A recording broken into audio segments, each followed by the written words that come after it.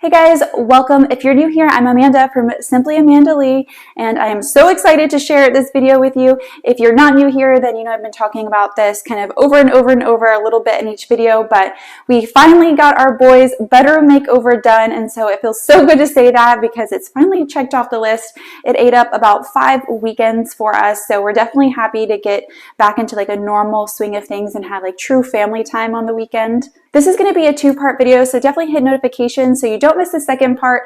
In today's video, we're going to be going through the step-by-step process of how we did the board and batten. Just in case it's something that you guys are considering doing in your home somewhere, you'll kind of have an idea or a little bit of a syllabus to how to start and finish the project, and kind of all of the issues that we ran into along the way that we really didn't anticipate, as well as some of the errors we made so that you guys don't make those same mistakes.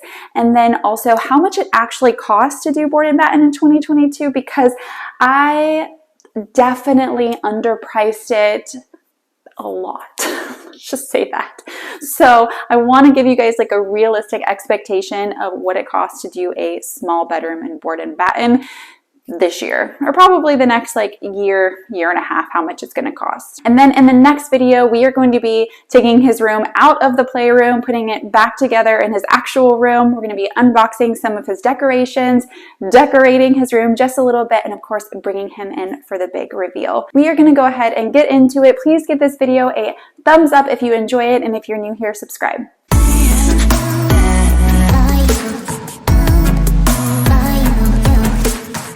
We're starting with a true blank space. Dustin has already pulled all of the trim off. To do that, he took a knife, cut the caulk, and then took a crowbar, put it between the trim and the wall, and hammered the top of the crowbar to loosen the nails from the wall and pull the entire trim pieces off. Right now, I'm laying out plastic and using frog tape to tape it to the wall to protect the carpet before we paint. We plan on doing a much taller baseboard than we originally had, and it came out really nice. I'm very much glad that we did that, but that's why I'm not so much worried about how high I'm taping it, which actually made the process go a little bit faster. Mistakes, I just wanna feel alive. It's just what I do when I'm out, so try not to hold me down. Feel alive when I'm in this town. Look at these beautiful stars. I wanna drive a faster car. Nothing can break me, no, nothing can break me. Try not to hold me down. Feel alive when I'm in this town. Look at these beautiful stars. I wanna take a trip to Mars. Nothing can break me, no, nothing can break me.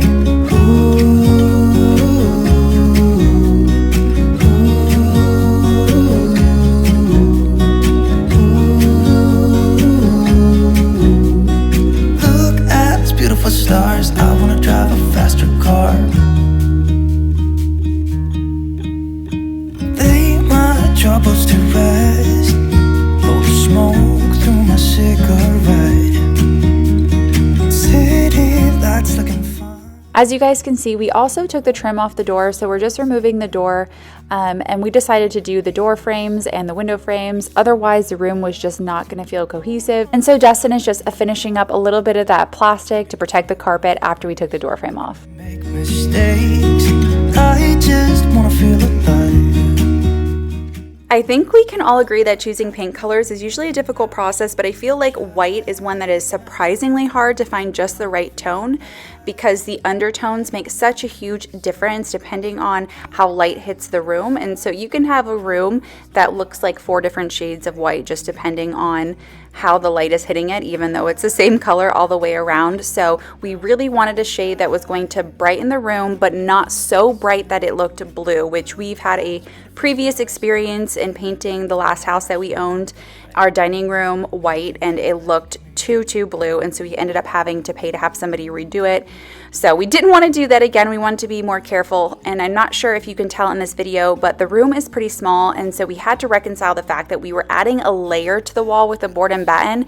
And so while both Dustin and myself considered doing a fun pop of color, maybe like a dark green or blue, ultimately we decided that we just needed to do whatever made the room feel bigger, and white is definitely going to do that. So we ended up going going with Bear's version of Chantilly lace, which is called whipped cream. It's not too cream or blue or gray. It really just is a perfect shade of vibrant white. At first, we were gonna go with something that had a rose undertone or like a little bit of a maroon undertone, because that's what we had across our whole last house that we owned, and I absolutely loved that color. But I put something similar to it on the wall here, and it did just kind of bring out yellows just the way the light hit the room. So we just decided to go with this one. And so I would highly recommend it if you're looking to brighten your house and just need that kind of perfect shade of white. So either Chantilly lace for Benjamin Moore or whipped cream by Bear. So I also want to mention a mistake that we made, and this is going to be something that is super obvious to all of you, most of you anyways, but we had a flat builder grade gray on the wall.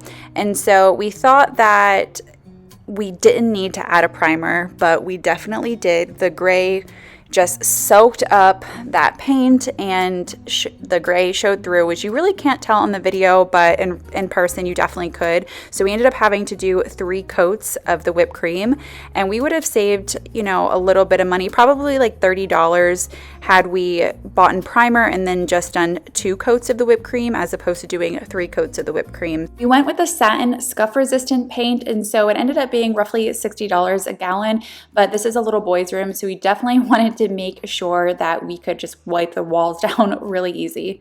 The way we tag teamed this was I would roll out the wall, and then pretty immediately Dustin would do the cut ends just to make sure that he was doing the cut ends while the paint was still wet. So that was kind of our approach there, and I think it worked really nicely because it came out very smooth and cohesive. And this is the next weekend. We are actually finishing up our 2nd and 3rd coat of paint here.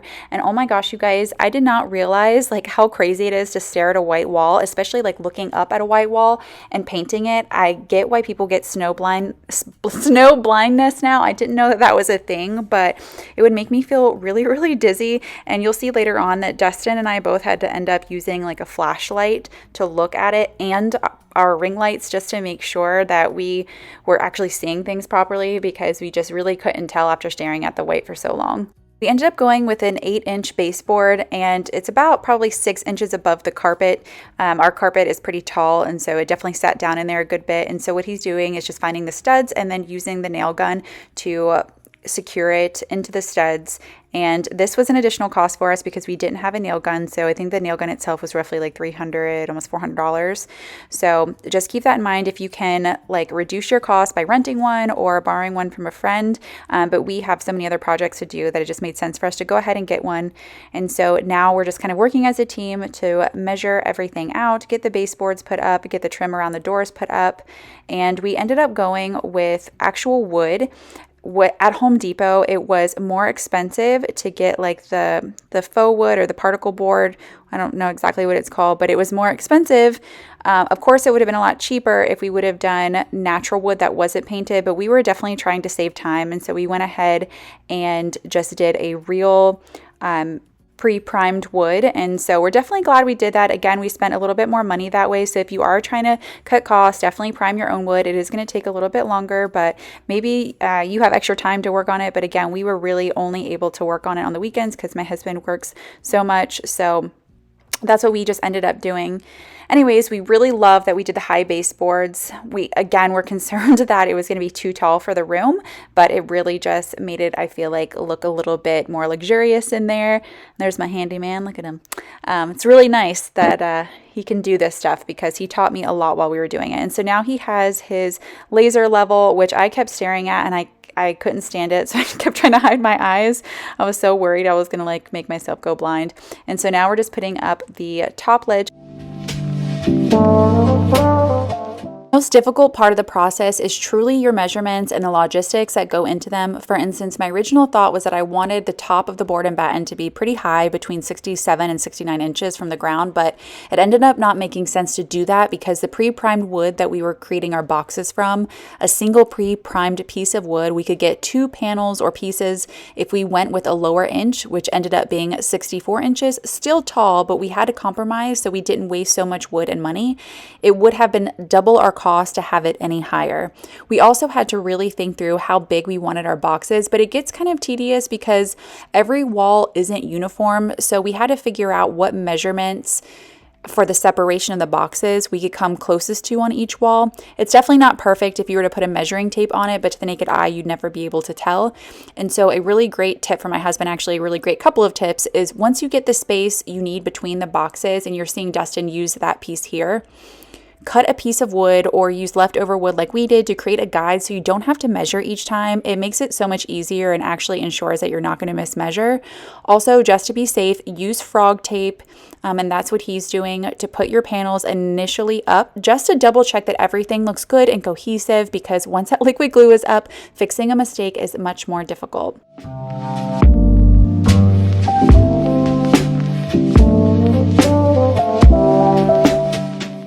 And so now that we made sure that we just really loved the way everything looked, Dustin goes back and takes off those frog tape pieces and then adds some liquid glue or liquid nails to the wood and is just putting those up and then using his nail gun to secure them to the wall.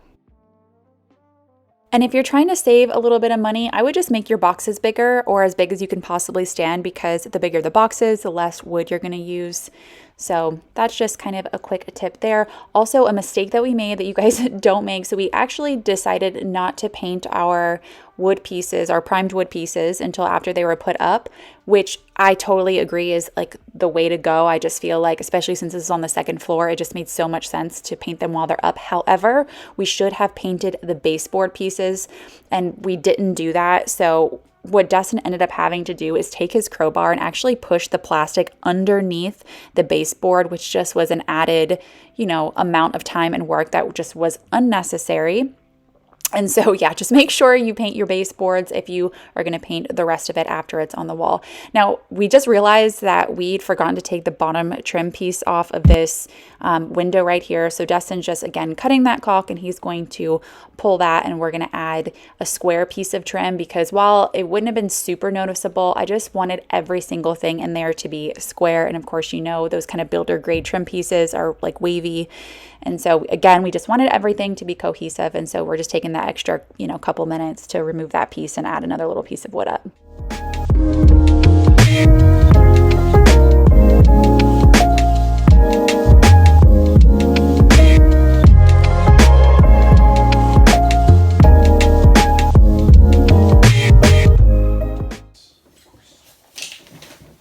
Beautiful today, by the way.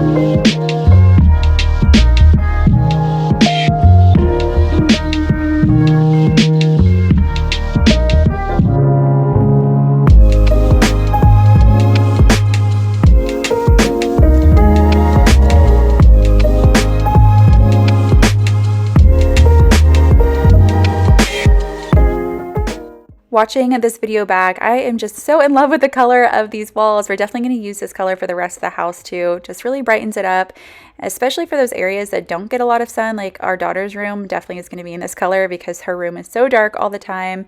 Anyways, so right now what we're doing is just figuring out how these panels are going to look, just kind of trying to create these boxes, because you got to think about like how does it look next to a door frame or a window frame, and how you're going to lay those out. So again, I feel like I say again a lot, but I highly suggest really just putting that frog tape on the back of those wood pieces and laying it out first, just to make sure that you really like it.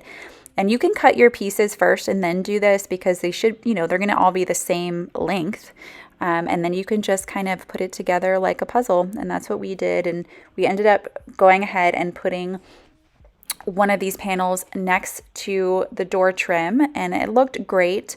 I'm glad we did that. And then we just left the box kind of on this little section over to the left of the screen open, and didn't put an extra piece on the wall there. And that space is just a little bit bigger than the others, but again, you would never tell with the naked eye.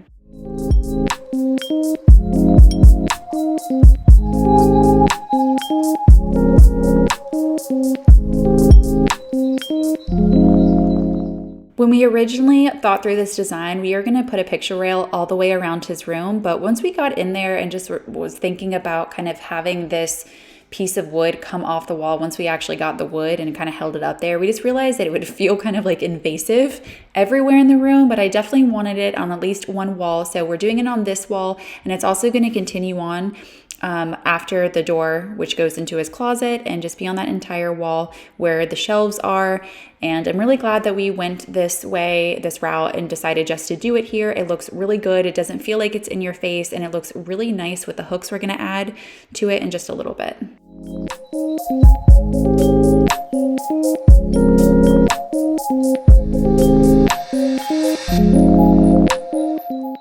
Dustin like double secured everything. So he put it up with liquid nails, as you guys saw, and then he goes back through with a nail gun and is just securing it that way.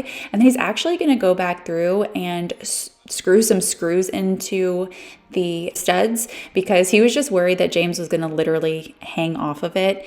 And you know, that probably will happen at some point, whether he does it himself or he has friends over. So he just wanted to double, triple make sure that this thing was not going anywhere.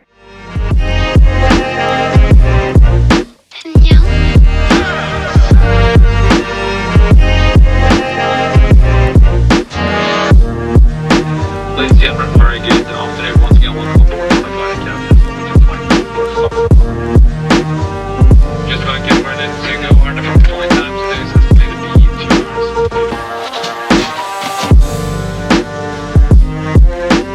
Direction you're from, please, right turn off to departure.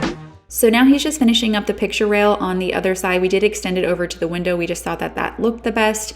And he did an angle cut on the wood there. And so something else you're going to want to keep in mind is the cost of a saw. If you don't already have one, again, you can rent one or borrow one from a friend. He already had a saw. Now we did think about upgrading it, but after we'd spent everything we'd already spent on wood and paint and all of that, brushes, caulk, liquid nails, all of these costs, we decided to just go ahead and use what we already had on hand. We might upgrade in the future. And so now Dustin is just adding some screws in, like I said he was going to secure it just a little bit better.